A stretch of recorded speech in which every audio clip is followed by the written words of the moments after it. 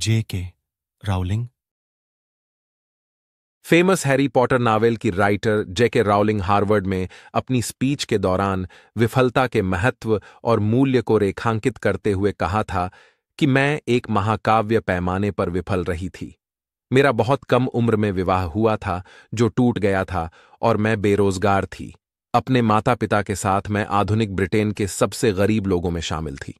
उस समय तक मेरे माता पिता के मन में मेरे लिए जो डर था और जो मैंने किया था, दोनों ही समाप्त हो गए थे। मैं हर उस सामान्य मानक, मैं सबसे बड़ी विफलता थी जिसे मैं जानती थी। जेके राउलिंग ने कहा कि इस असफलता से मजबूती और दृढ़ निश्चय के साथ बाहर आना ही उनकी सफलता की सबसे बड़ी कुंजी थी। इन परिस्थितियों में भी जेके राउलिंग ने हार नहीं मानी और पूरे विश्व में अपनी सफलता की इबारत लिखी। Steve jobs. आज पूरे विश्व में स्टीव जॉब्स को कौन नहीं जानता। टेक्नोलॉजी के क्षेत्र में पूरे विश्व के अंदर क्रांति लाने वाले एप्पल की शुरुआत एक गैरेज में 2 आदमियों ने किया था। आज हम इसे $2 बिलियन से अधिक संपत्ति वाली कंपनी के रूप में जानते हैं, जिसमें करीब 5,000 से अधिक कर्मचारी काम करते हैं। लेकिन क्या आप जानते हैं कि इस कंपनी को शुरू करने वाले स्टीव जॉब्स को उनकी ही कंपनी से निकाल दिया गया था। इस दौरान समय ने उन्हें एहसास दिलाया कि अपने काम के लिए उनका जुनून असफलता की निराशा से अधिक है।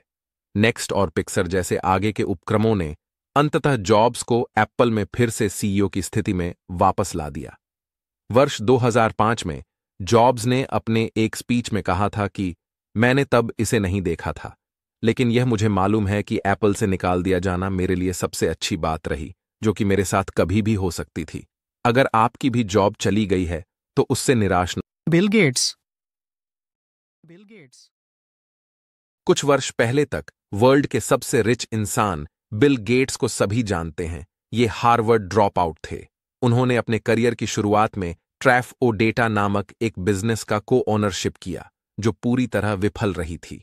हालांकि कंप्यूटर प्रोग्रामिंग में इनके स्किल और जुनून ने इस विफलता को प्रसिद्ध सॉफ्टवेयर कंपनी माइक्रोसॉफ्ट में बदल दिया।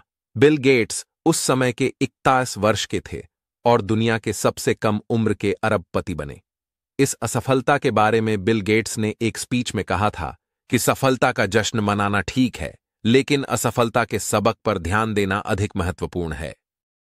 Albert Einstein. आइंस्टीन शब्द आज के समय में जीनियस का पर्याय है।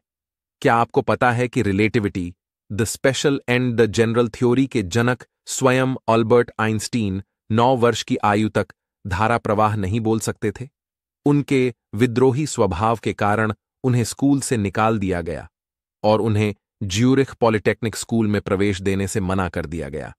हालांकि यह सभी असफलताएं उन्हें 1921 में भौतिकी में नोबेल पुरस्कार जीतने से नहीं रोक सकीं। आइंस्टीन का मानना था कि सफलता के प्रगति में विफलता रहती है। Walt Disney. मिकी माउस को पूरे विश्व में बड़े से लेकर बच्चे तक जानते हैं।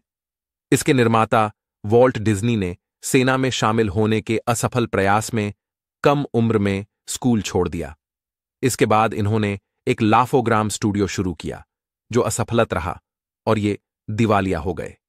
यहां से निकलने के बाद उन्होंने एक अखबार ज्वाइन किया, लेकिन वहां से भी इन्हें पर्याप्त रचनात्मक नहीं होने के लिए निकाल दिया गया था, जिसके बाद वॉल्ट डिज्नी ने अपनी मेहनत और भरोसे के दम पर डिज्नी स्टूडियो खड़ा किया।